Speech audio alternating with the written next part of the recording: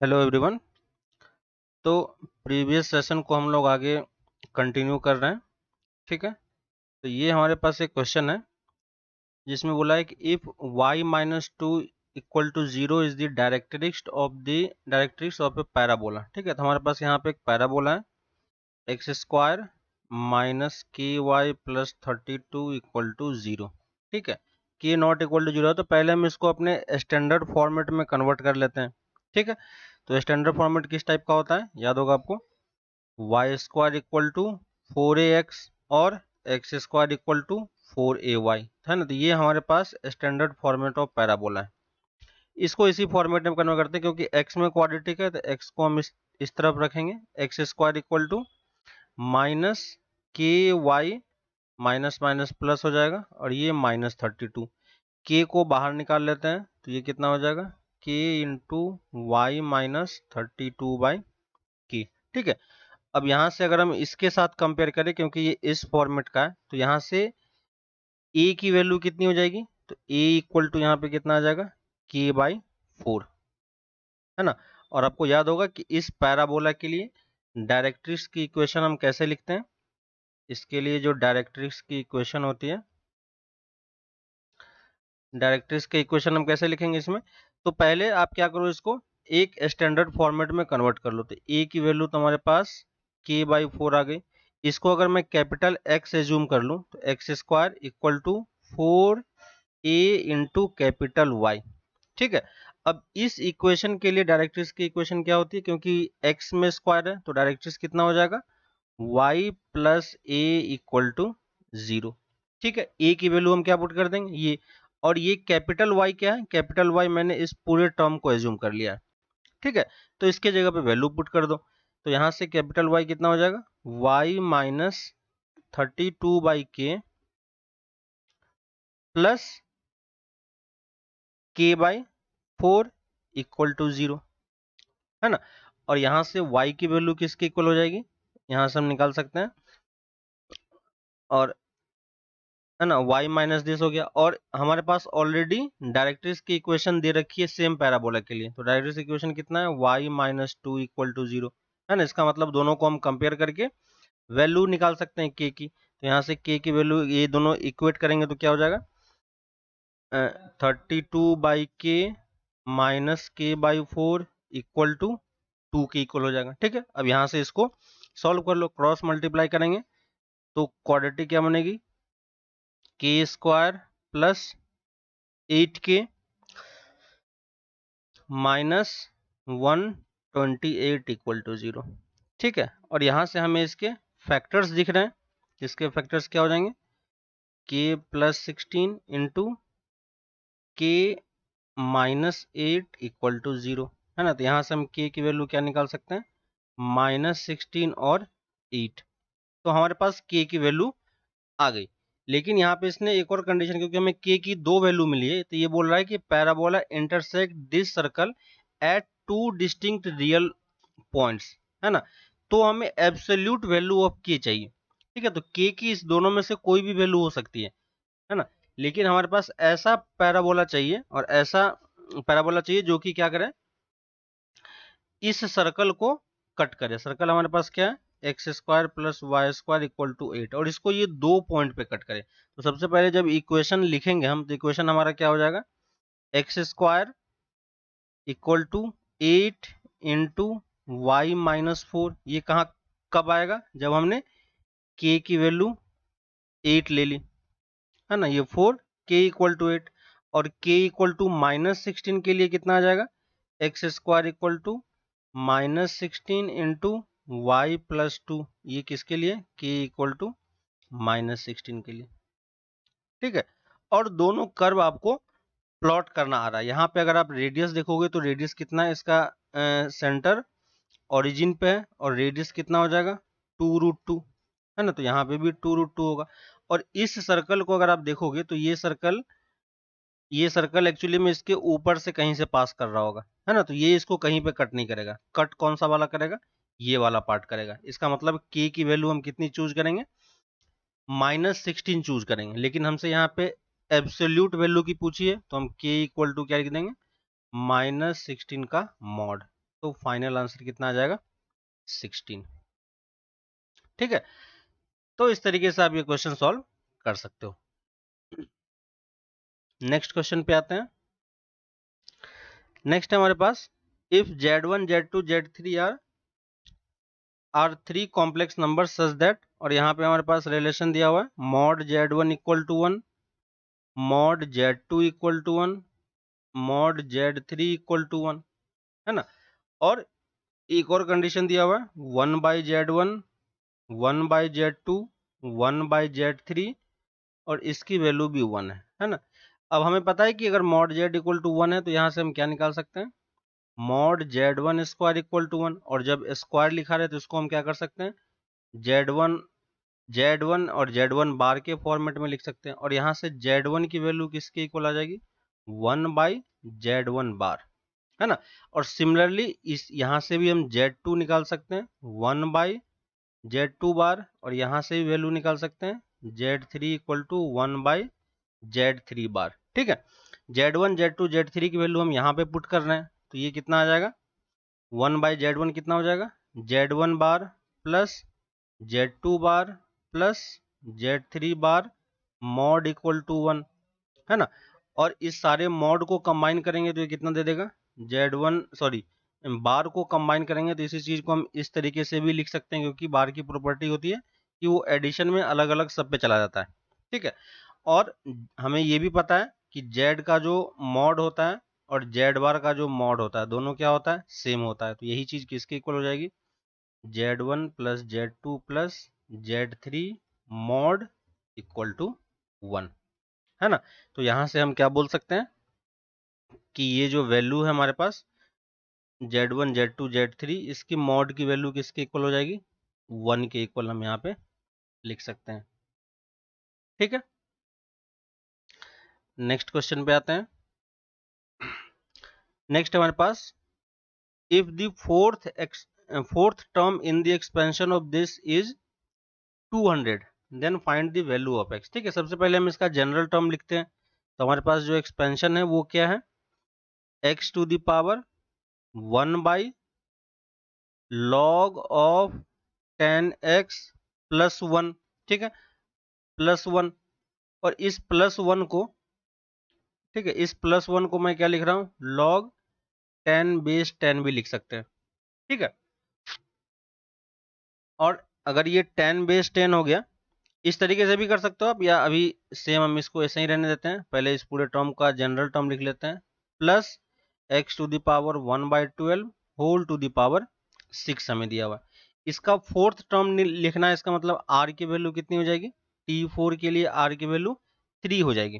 ठीक है, तो हम 3 को क्या लिखेंगे, तो फोर्थ टर्म क्या होगा 6c3। ठीक है, x टू द पावर 1/12 है ना, तो x और इसकी पावर में कितनी हो जाएगी, इस पूरे टर्म को मैं या लिख ही लेते हैं, square root of x to the power 1/log x plus 1 whole to the power कितनी हो जाएगी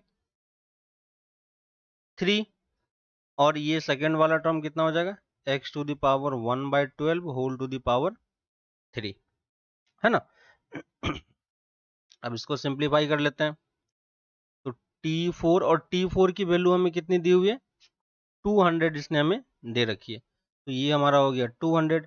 6c3 की वैल्यू कितनी होगी, तो 6 5 4 3 फैक्टोरियल 3 फैक्टोरियल और 3 फैक्टोरियल, है ना, तो कितनी आ जाएगी 20। ये हो गया 20। इस वाले टर्म को हम क्या लिख सकते हैं, x to the power 1/log x base 10 plus 1 whole to the power 3/2, और ये वाला टर्म कितना हो जाएगा x टू द पावर 1/4, है ना। क्योंकि दोनों में x बेस सेम है ना, दोनों में x बेस सेम है, तो इसको हम कंबाइन भी कर सकते हैं। यहाँ से देखो टर्म कैंसिल हो जाएंगे, इसको मैं 10 लिख सकता हूँ। यहाँ पे देखो क्योंकि पावर के ऊपर में पावर है, तो ये पावर कहाँ पे आ जाएगा, मल्टीप्लीकेशन में, तो इसको हम क्या लिख सकते हैं, x to the power 3/2 1/log of x base 10 plus 1, है ना। और ये भी x की पावर में है, तो इसको हम एडिशन में यहाँ पे डाल सकते हैं, है ना। अब हम क्या करेंगे, दोनों तरफ log बेस 10 ले लेंगे, है ना, क्योंकि यहाँ पे देखो हमें बेस 10 दिया हुआ है, तो दोनों तरफ अगर log लोगे तो ये कितना दे देगा, ये आपको दे देगा, ये दोनों तरफ अगर log लोगे तो ये log 10 बेस 10 हो जाएगा, और इसमें हमें पता है कि ये पावर वाली टर्म पूरी मल्टीप्लिकेशन में आ जाएगी, तो ये हम कितना लिख पाएंगे, 1/3/2 into 1/log of x base 10 +1 plus 1/4, और इस पूरे में मल्टीप्लिकेशन किसका होगा, बेस का। ठीक है, अब देखो log x बेस 10 जो है वो बार बार रिपीट हो रहा है, तो इसको हम अभी के लिए t ले लेते हैं। ठीक है, तो ये वाला पार्ट तो 1 हो गया, तो यहाँ से कितना आ गया, 3/2 into 1/t +1 plus 1/4 into T, है ना। और अब इसको हमें सॉल्व करना है, तो सिंपली आप क्रॉस मल्टीप्लाई करो, सॉल्व करो, तो यहाँ से आपके पास जो एक क्वाड्रेटिक फॉर्म हो जाती है, क्वाड्रेटिक क्या आ जाएगा, t² + 3t - 4 = 0, है ना। ये क्या हो जाएगा, = 0, और यहां से जब हम इसको सॉल्व करेंगे, है ना, तो देखो क्या आएगा, ये फैक्टर बन रहा है t - 1 एंड t + 4 = 0, तो यहाँ से t की दो वैल्यू आ गई, t = 1 एंड t = 4, t की वैल्यू log x बेस 10 है, और तो यहाँ से भी हम क्या लिख सकते हैं, log x बेस 10 = -4। ठीक है, तो यहाँ से x की वैल्यू कितनी आ जाएगी, 10, और यहाँ से x की वैल्यू कितनी आ जाएगी, 10⁻⁻4, है ना। तो ये हमारे पास दो वैल्यू आई, तो हमें वैल्यू किसकी कैलकुलेट करनी है, हमें वैल्यू कैलकुलेट करनी है, find the value of x निकालना है where x is greater than 1। ठीक है, तो इस दोनों में ग्रेटर देन 1 कौन सा वाला पार्ट है, ये वाला पार्ट है, ये वैल्यू 1 से कम है, तो हम इससे यहाँ पे कौन सा आंसर पुट कर सकते हैं, x की वैल्यू 10 आ जाएगी यहाँ पे। ठीक है, नेक्स्ट पे आते हैं। नेक्स्ट हमारे पास एक इंटीग्रेशन है, indefinite integration dx upon square root of x plus cube root of x। ठीक है, अब इंडेफिनिट इंटीग्रेशन में मैंने पहले भी ये चीज डिस्कस की थी, है ना, कि जब भी हमें इंडेफिनिट इंटीग्रेशन हो तो हमें देखना ये है कि प्रॉब्लम कौन सा पार्ट क्रिएट कर रहा है ना। तो उसके लिए हम क्या करेंगे, हमें देखना है कि प्रॉब्लम कौन सा पार्ट क्रिएट करता है, और कौन कौन सा पार्ट प्रॉब्लम क्रिएट करता है, रूट वाला पार्ट। तो यहाँ पे देखो ये भी रूट में है और ये भी रूट में है। ठीक है, तो हमें x को इस तरीके से सब्स्टिट्यूट करना है कि दोनों रूट एक साथ खत्म हो जाए। ठीक है, तो हमें पता है कि अगर स्क्वायर रूट होता है तो हम t² पुट कर सकते हैं, क्यूब रूट है तो हम t⁻3 पुट कर सकते हैं, जब दोनों साथ में है तो हम क्या पुट कर सकते हैं, t⁻6, है ना। तो यहाँ पे क्या सब्स्टिट्यूशन काम करेगा, t⁻6, और dx की वैल्यू कितनी हो जाएगी, 6 t⁻5 dt। तो यहाँ पे हम क्या लिख सकते हैं, dt 6 t⁻5 डिवाइडेड बाई 6 में ये कितना दे देगा, t³ और नीचे से t², है ना। तो देखो हमारा दोनों टर्म यहाँ से क्या हो गया, हट गया, और देखो कुछ टर्म यहाँ से कैंसिल भी हो रहा है, तो 6 बाहर आ गया, t² का टर्म कैंसिल हो जाएगा, तो t³ dt अपॉन नीचे में t² निकल गया, तो क्या बचेगा, t + 1।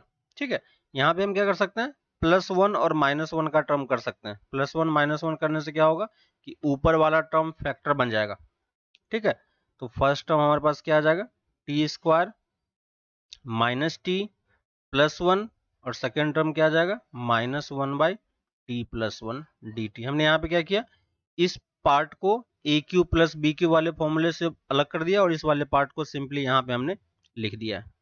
ठीक है, अब नेक्स्ट सिंपल सा अब इंटीग्रेशन है, पूरे पार्ट को आप सिंपली इंटीग्रेट कर दो, और फिर लास्ट में t की वैल्यू पुट कर देंगे, तो ये कितना हो जाएगा, फर्स्ट पार्ट t³/3, है ना, 6 पूरे से मल्टीप्लाइड है, -t²/2 प्लस t, और इसकी वैल्यू कितनी हो जाएगी, -ln t + 1, है ना, और एक कांस्टेंट हम यहाँ पे ऐड कर देंगे, t की वैल्यू फिर से वापस यहाँ पे पुट कर दो, है ना, तो ये दोनों कैंसिल होकर 2 दे देगा, तो यहाँ पे कितना आ जाएगा, square root of x minus 3 times cube root of x plus 6 times x six root of x minus 6 times ln of six root of x plus 1। ठीक है, हमने क्या किया, सिंपली x की वैल्यू फिर से वापस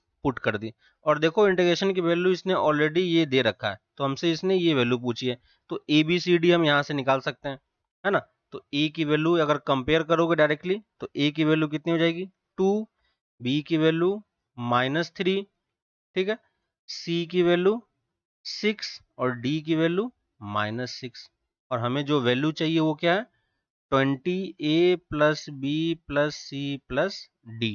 ठीक है, वैल्यू पुट कर दो और यहां से इसको हम सॉल्व कर सकते हैं। 40 -3 प्लस 6 -6 है ना, तो ये कितना आ जाएगा 37, क्योंकि सी और डी आपस में कैंसिल हो जाएंगे, है ना। तो फाइनल आंसर हमारा कितना हो जाएगा 37। ठीक है, तो इंडेफिनिट इंटीग्रेशन में हमें यहीं से स्टार्ट करना होता है कि जिस पार्ट से प्रॉब्लम हो रही है हम उसको सब्स्टिट्यूट करने का ट्राई करते हैं।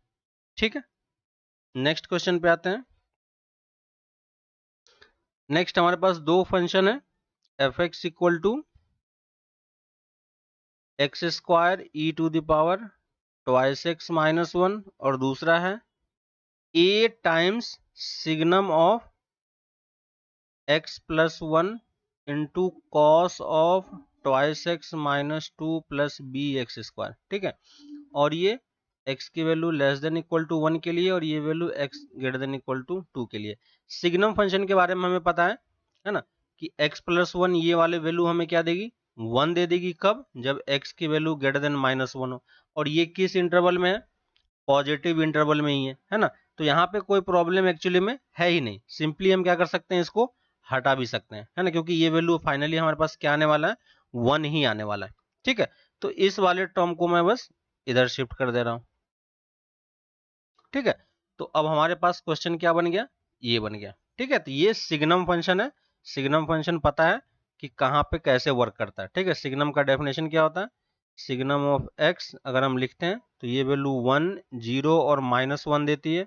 1 कब देगा, ग्रेटर देन 0, इक्वल टू 0 और लेस देन 0। बस ये डेफिनेशन हमने सिग्नम ऑफ x प्लस 1 के लिए किया, तो ये ग्रेटर देन -1 के लिए ये कंडीशन आ जाएगी और यहाँ से वैल्यू हम निकाल पाएंगे। ठीक है, अब ये बोल रहा है कि ये फंक्शन क्या है, डिफरेंशिएबल है at x equal to a। तो अगर फंक्शन डिफरेंशिएबल होता है तो वो फंक्शन कंटिन्यूअस भी होगा। ठीक है, तो हम दोनों प्रॉपर्टी यहाँ पे यूज करेंगे। पहले कॉन्टिन्यूटी की प्रॉपर्टी यूज कर लेते हैं, from continuity at x equal to 1। ठीक है, और at x equal to 1 continuous होगा तो लेफ्ट हैंड लिमिट कितना हो जाएगा और किस पॉइंट पे हम निकालेंगे, x टेंडिंग टू -1 fx और limit x tending to 1 plus fx, दोनों क्या होना चाहिए, इक्वल होना चाहिए। फर्स्ट वाले पार्ट से क्योंकि सिंपल सा फंक्शन है तो x equal to 1 directly put कर सकते हैं, है ना। तो लेफ्ट हैंड साइड हमारा 1 के इक्वल आ जाएगा, राइट हैंड साइड में x इक्वल टू 1 पुट करेंगे तो ये a प्लस बी आ जाएगा। तो फर्स्ट हमारे पास कंडीशन आ गई a plus b equal to 1। अब यही चीज हम डिफरेंशिएबिलिटी भी लगाते हैं यहाँ पे, क्योंकि ये फंक्शन डिफरेंशिएबल है। तो differentiable at x equal to 1 में क्या करेंगे, लेफ्ट हैंड को डिफरेंशिएट करेंगे और राइट हैंड को डिफरेंशिएट करेंगे, दोनों आपस में क्या होना चाहिए, इक्वल होना चाहिए, है ना। तो लेफ्ट हैंड साइड का डेरिवेटिव कितना हो जाएगा, ट्वाइस एक्स, पहले सेकंड वाले फंक्शन को कांस्टेंट रखा और बाद में 2 times x square E to the power twice x minus 1। ठीक है, ये लेफ्ट हैंड वाले पार्ट का डेरिवेटिव है। ठीक है, यानी left hand derivative equal to right hand derivative, बस हम ये यहाँ पे अप्लाई कर रहे हैं। और राइट हैंड डेरिवेटिव क्या हो जाएगा, इस वाले पार्ट का डेरिवेटिव, तो इस वाले पार्ट का डेरिवेटिव कितना आ जाएगा, minus twice a sine of twice x minus 2 plus twice b x. ठीक है, और ये किस पॉइंट पे, एट एक्स इक्वल टू 1 पे, तो एट एक्स इक्वल टू 1 सब जगह पे पुट कर दो। ठीक है, तो ये पूरा पार्ट कहाँ पे है, एट एक्स इक्वल टू 1, और ये पूरा पार्ट कहाँ पे है, एट एक्स इक्वल टू 1। तो एक्स इक्वल टू 1 पुट करेंगे तो लेफ्ट हैंड साइड में कितनी आ जाएगी वैल्यू, 2 एंड 2 इधर से हमें 4 दे देगा, है ना। तो ये वाली वैल्यू 4 हो गई। और राइट हैंड साइड में x इक्वल टू 0 पुट करेंगे तो ये टर्म तो 0 हो गई, और यहाँ से कितना आ जाएगा ट्वाइस b, तो यहाँ से b की वैल्यू हमारे पास डायरेक्टली आ गई 2, और b की वैल्यू 2 आ गई, तो इस वाले इक्वेशन में पुट करके हम a भी निकाल सकते हैं। तो a कितना आ जाएगा हमारे पास -1, और हमसे किसकी वैल्यू पूछी है, mod of a minus b की। ठीक है, तो mod of a minus b कितना हो जाएगा, mod of a minus b -1 -2 का मॉड, तो फाइनल आंसर कितना आ जाएगा 3। ठीक है, तो इस वाले क्वेश्चन का आंसर क्या हो गया 3। ठीक है, तो ये जब भी हमें डिफरेंशिएबल फंक्शन दिया रहा है तो हमें ये ध्यान रखना है कि फंक्शन कंटिन्यूस भी होगा, है ना, और उसका लिमिट भी एग्जिस्ट करेगा। ठीक है, तो बस हमने, क्योंकि दो वेरिएबल थे, दो अननोन थे, है ना, तो हमें दो इक्वेशन चाहिए था, एक इक्वेशन हमारा कॉन्टिन्यूटी से आ गया और दूसरा इक्वेशन हमारा डिफरेंशिएबिलिटी से आ गया। ठीक है, नेक्स्ट क्वेश्चन पे आते हैं। नेक्स्ट है हमारे पास, if ln x plus Y equal to 2xy then y dash equal to 0। ठीक है, y डैश कहाँ पे हमें निकालने के लिए बोला है, 0 पे। ठीक है, तो और हमारे पास फंक्शन क्या है, log of x plus 1 equal to 2 times xy। ठीक है, यहाँ पे एक चीज हमें ध्यान देना है कि ये y जो है ये अपने आप में एक x का फंक्शन है, इसलिए इसने y ऑफ 0 लिखा हुआ है। ठीक है, यानी इसने x की वैल्यू 0 पुट कर दी, तो हमें y की वैल्यू कितनी होगी वो निकालनी है। तो इस वाली इक्वेशन में x इक्वल टू 0 पुट कर दो, तो ln y की वैल्यू किसकी इक्वल आ जाएगी, 0 के, है ना, और ln y इक्वल टू 0 हो गया, इसका मतलब y की वैल्यू कितनी आ गई 1, है ना, तो x की वैल्यू, यानी इसको अगर हम इस तरीके से लिखे एट x इक्वल टू 0, तो y कितना हो जाएगा हमारे पास 1। तो ये हमने इस वाले कंडीशन से यूज की। दूसरी चीज, हमें इसका डेरिवेटिव पूछा है, तो अब डेरिवेटिव पूछा है तो हम सिंपली इसको डिफरेंशिएट भी कर सकते हैं। ठीक है, तो अब सिंपल फंक्शन को डिफरेंशिएट करके dy बाई डी एक्स आप निकाल लो, तो ln x plus Y equal to 2xy है, डिफरेंशिएट करेंगे क्या आ जाएगा 1 by x plus y into 1 plus d y by d x, है ना, equal to 2 times y plus 2x dy by dx। ठीक है, और ये चीज हमें कहां पे कैलकुलेट करनी है, at x equal to 0 y equal to 1, तो जहां पे x और y 0 और 1 है पुट कर दो, तो ये वाला पार्ट देखो कितना आ जाएगा 1 by 0 plus 1 1 plus y dash equal to 2 plus x की वैल्यू 0 पे ये 0 दे देगा, है ना, तो y डैश की वैल्यू यहां से कितनी आ जाएगी 1, है ना, तो कौन सा ऑप्शन आ जाएगा, ए फर्स्ट ऑप्शन। ठीक है, तो यहाँ पे बस हमें इनिशियली इस वाले टर्म को बस समझना है कि y डैश 0 का मतलब क्या है, क्योंकि डेरिवेटिव क्या होता है हमेशा एक पॉइंट पे ही निकलती है। ठीक है, नेक्स्ट क्वेश्चन पे आते हैं, the value of the parameter A such that the area bounded by the curve. हमारे पास एक कर्व है y equal to A square x square plus A x plus A. ठीक है, यहाँ पे अगर आप फंक्शन को देखोगे तो एक्स स्क्वायर का कोफिशिएंट पॉजिटिव है, यानी अपवर्ड पैराबोला होगा, और अगर डी चेक करोगे तो बी स्क्वायर माइनस 4 ए की वैल्यू ए स्क्वायर है और ये ए है। ठीक है, तो यहां से देखोगे कि डी भी आपका क्या आ रहा है, नेगेटिव आ रहा है ना, तो इसका मतलब जो पैराबोला होगा वो कंप्लीटली क्या हो जाएगा, ऊपर की तरफ हो जाएगा, है ना, पैराबोला हो जाएगा, क्या हो जाएगा, कंप्लीटली एक्स एक्सिस के ऊपर हो, यानी अगर हमें इंटीग्रेट करना है तो बोल रहा है coordinate axis and line x equal to 1। ठीक है, तो पहले हम एरिया लिखते हैं, तो एरिया हमारा सिंपली क्या हो जाएगा, integration 0 to 1 y d x. ठीक है, मॉड वगैरह लगाने की कोई जरूरत नहीं है क्योंकि फंक्शन पॉजिटिव साइड में है। ठीक है, तो यहां से वैल्यू पुट करो, है ना,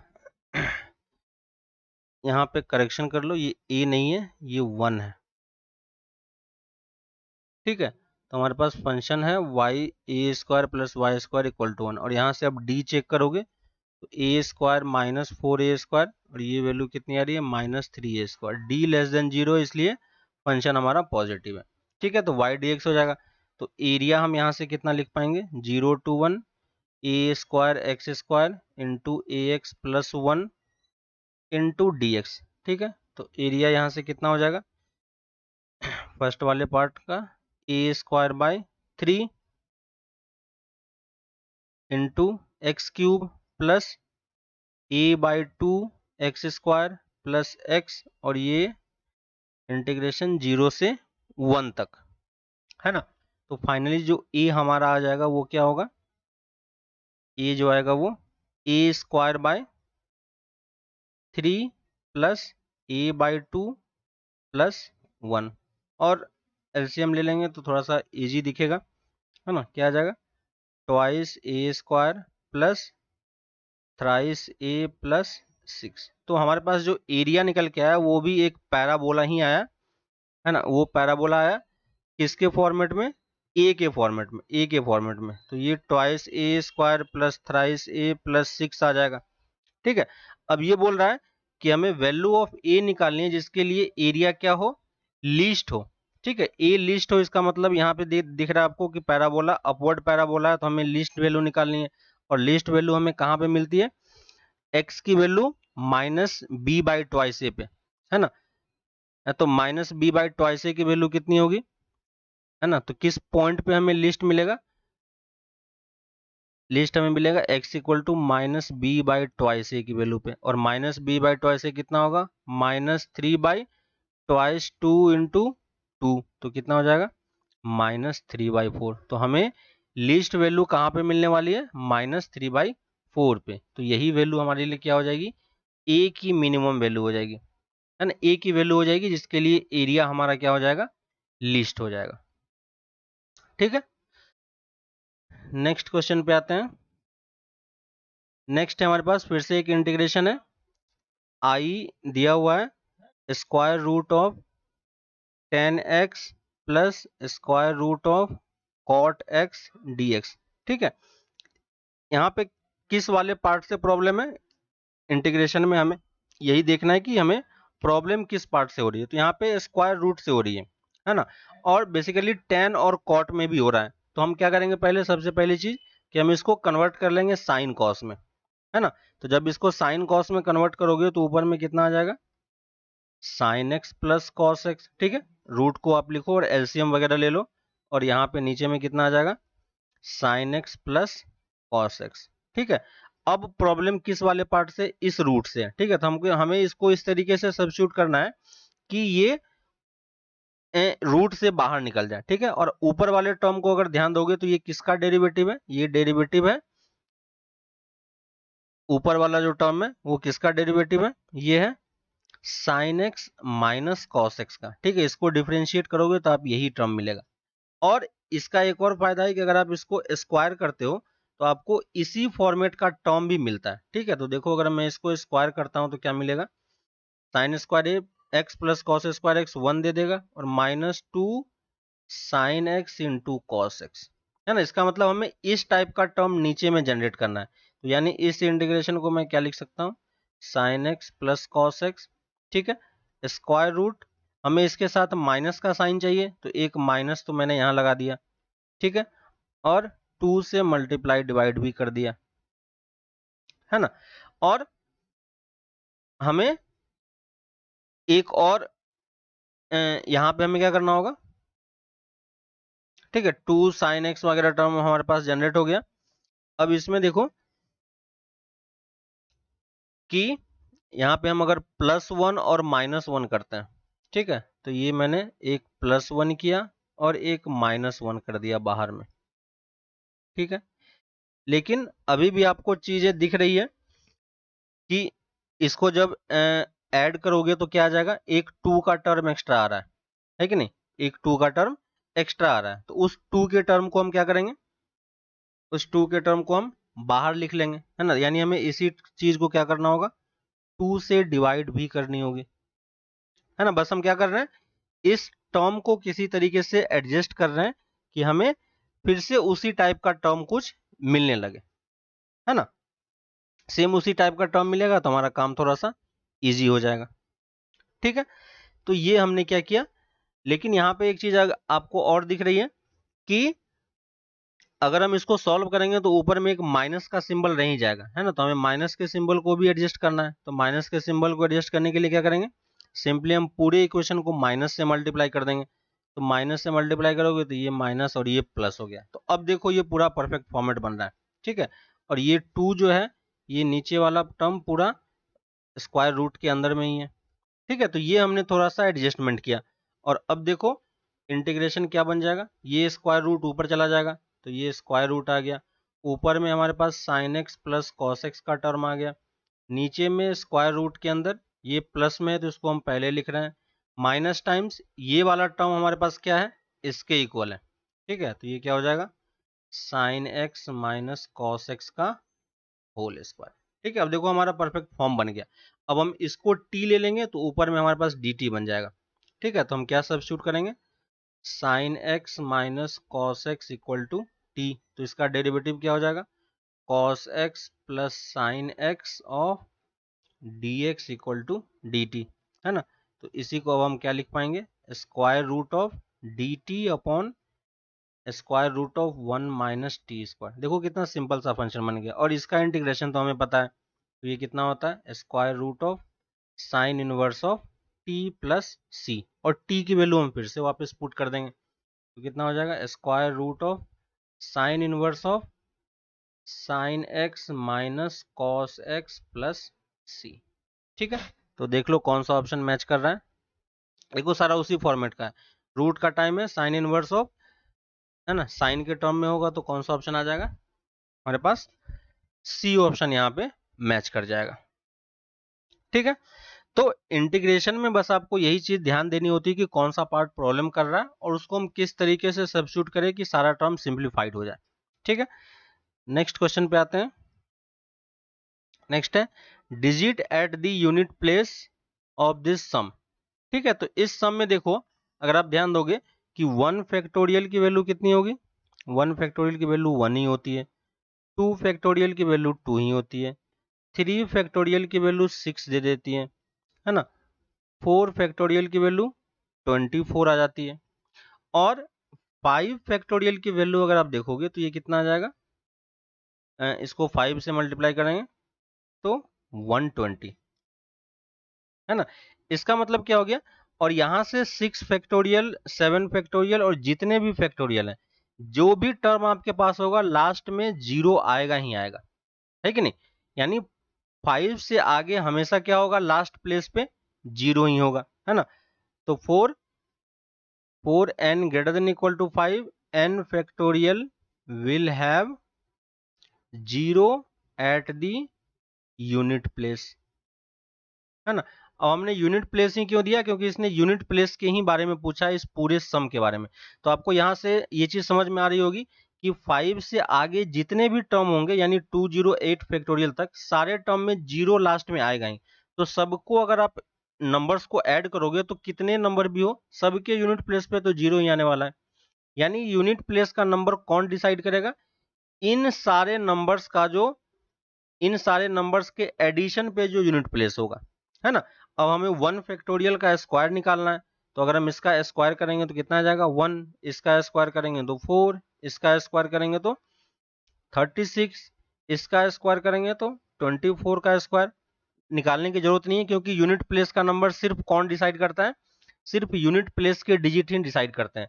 तो पहले वाले नंबर के यूनिट प्लेस पे क्या आएगा 1, दूसरे वाले के 4, तीसरे वाले के 6, और इस वाले के भी यूनिट प्लेस पे क्या आएगा 4 का स्क्वायर 6 ही देगा, है ना।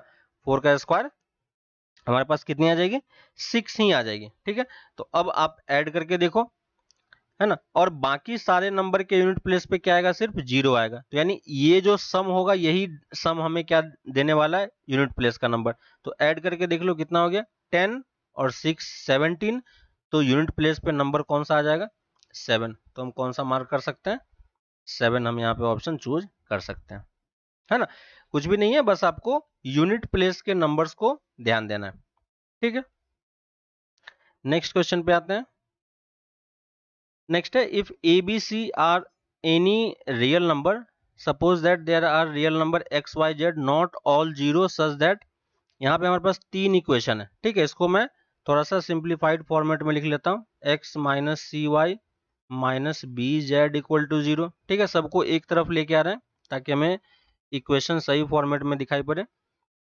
नेक्स्ट है C X minus Y plus A Z equal to 0, ठीक है। और थर्ड वाला है B X plus A Y minus Z equal to 0, ठीक है। और ये बोल रहा है कि इसमें सारा ऑल है ना, ये एक्स वाई जेड जो वैल्यू है हमारे पास, ये बोल रहा है not all zero. Not all zero मतलब ये किस टाइप का इक्वेशन है, ये होमोजीनियस सिस्टम ऑफ इक्वेशन है, ठीक है। और होमोजीनियस सिस्टम ऑफ इक्वेशन में ट्रिवियल सॉल्यूशन क्या होता है, ट्रिवियल सॉल्यूशन हमारे पास हमेशा 0 0 0 मिलता ही है, क्योंकि देखो इसमें आप एक्स वाई जेड की वैल्यू 0 पुट करोगे तो ये इसको सेटिस्फाई करेगा ही। लेकिन हमसे इसने पूछा है कि आपको वो सारी वैल्यू निकालनी है जिसके लिए सारे जीरो नहीं हो, ठीक है। तो वो वाला सॉल्यूशन हमें चाहिए और उसके लिए हमें ये वैल्यू कैलकुलेट करनी है। तो यानी हमें नॉन ट्रिवियल सॉल्यूशन चाहिए। तो होमोजीनियस के केस में, in homogeneous case non trivial solution हमें कब मिलता है, नॉन ट्रिवियल सॉल्यूशन हमें तब मिलेगा जब कोफिशिएंट मैट्रिक्स का जो डिटर्मिनेंट होता है, डिटर्मिनेंट ऑफ कोफिशिएंट मैट्रिक्स क्या होना चाहिए, 0 होना चाहिए, ठीक है। तो इसका हम कोफिशिएंट मैट्रिक्स बना सकते हैं। फर्स्ट में क्या आ जाएगा, ए C B minus c minus 1 ए और माइनस बी ए और ये माइनस 1, और ये डिटर्मिनेंट क्या होनी चाहिए, इक्वल टू 0, ठीक है।